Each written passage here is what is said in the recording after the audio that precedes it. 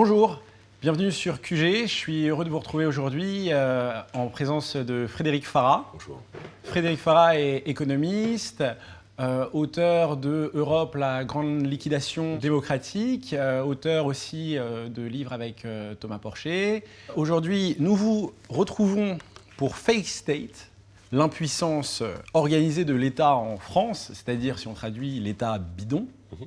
Alors c'est vrai que moi, en lisant votre livre, je me suis dit, l'État bidon, intéressant, mais c'est vrai que l'État bidon, quand on voit la puissance du lanceur de balles de défense du LBD, on se dit, on voit pas trop l'impuissance de cet État. Et en fait, vous inversez un peu le regard en disant, finalement, si on cogne aujourd'hui sur les gens, et si autant de gens ont peut-être un peu peur de manifester après les événements survenus lors du mouvement des Gilets jaunes, c'est finalement parce qu'on a une impuissance aujourd'hui de l'État à agir, notamment dans le cadre de l'euro, ce qui est assez rare de mentionner frontalement ce petit point. Et votre fake state est une manière, si je comprends bien, de nous appeler à prendre conscience de l'importance pour reprendre notre destin, finalement, d'en revenir à l'échelon d'une redéfinition de la souveraineté. Oui, parce qu'en fait, le fake state, c'est l'état paradoxal par excellence. C'est-à-dire que d'un côté, il s'est débarrassé des outils de puissance économique, ça on en parlera ensemble, il n'a plus de politique commerciale, il ne détermine plus sa monnaie, et la liste serait longue.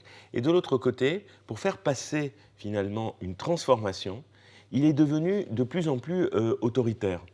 C'est ça qui est paradoxal, parce que quand on regarde le côté autoritaire, on pourrait croire qu'il est puissant, et quand on regarde du côté finalement de son action sur l'activité économique, on va mesurer son impuissance.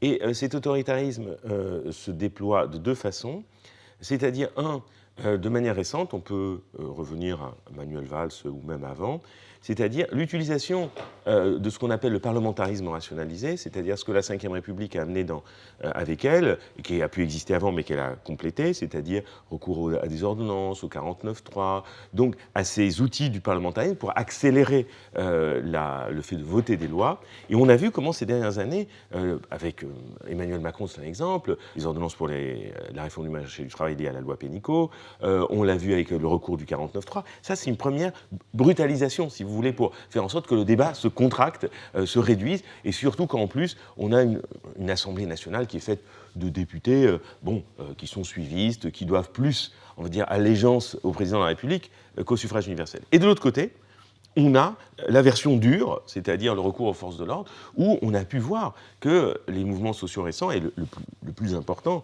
celui des Gilets jaunes, a fait l'objet d'une répression d'une extraordinaire dureté. On peut le voir encore une autre fois, d'une autre manière plus sous-jacente, c'est quand il y a eu le confinement, comment le ministère de l'Intérieur était tout fier de nous raconter le nombre d'amendes distribuées, le nombre, parfois de gardes à vue, etc. Comme pour dire finalement, ce qui est plus important, c'est moins de savoir si on protège les citoyens d'un virus, ou on les permet de les soigner dans de bonnes conditions, mais savoir si une forme d'ordre un peu brutal peut se maintenir.